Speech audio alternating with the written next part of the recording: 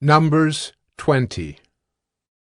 And the people of Israel, the whole congregation, came into the wilderness of Zin in the 1st month, and the people stayed in Kadesh. And Miriam died there and was buried there. Now there was no water for the congregation, and they assembled themselves together against Moses and against Aaron. And the people quarreled with Moses and said, "Would that we had perished when our brothers perished before the Lord! Why have you brought the assembly of the Lord into this wilderness? That we should die here, both we and our cattle? And why have you made us come up out of Egypt to bring us to this evil place? It is no place for grain or figs or vines or pomegranates, and there is no water to drink." Then Moses and Aaron went from the presence of the assembly to the entrance of the tent of meeting and fell on their faces. And the glory of the Lord appeared to them. And the Lord spoke to Moses, saying, "Take the staff and assemble the congregation, you and Aaron your brother, and tell the rock before their eyes to yield its water. So you shall bring water out of the rock for them, and give drink to the congregation and their cattle."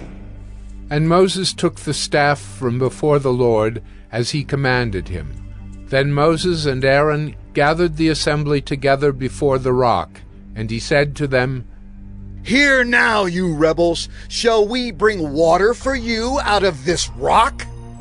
And Moses lifted up his hand and struck the rock with his staff twice, and water came out abundantly, and the congregation drank, and their livestock.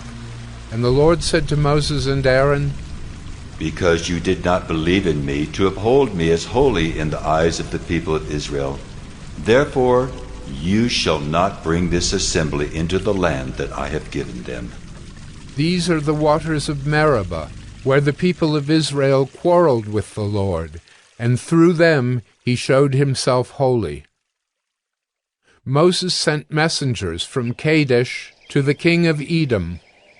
"Thus says your brother Israel, you know all the hardship that we have met, how our fathers went down to Egypt, and we lived in Egypt a long time. And the Egyptians dealt harshly with us and our fathers. And when we cried to the Lord, he heard our voice and sent an angel and brought us out of Egypt. And here we are in Kadesh, a city on the edge of your territory. Please let us pass through your land.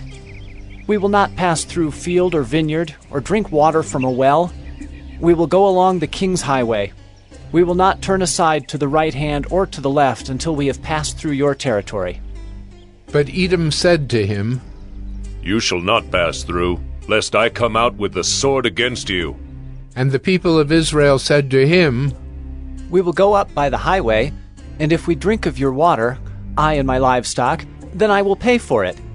Let me only pass through on foot, nothing more." But he said, "You shall not pass through." And Edom came out against them with a large army and with a strong force.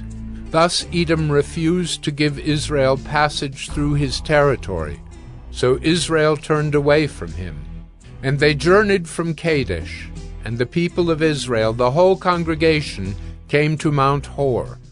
And the Lord said to Moses and Aaron at Mount Hor, on the border of the land of Edom, "Let Aaron be gathered to his people, for he shall not enter the land that I have given to the people of Israel, because you rebelled against my command at the waters of Meribah.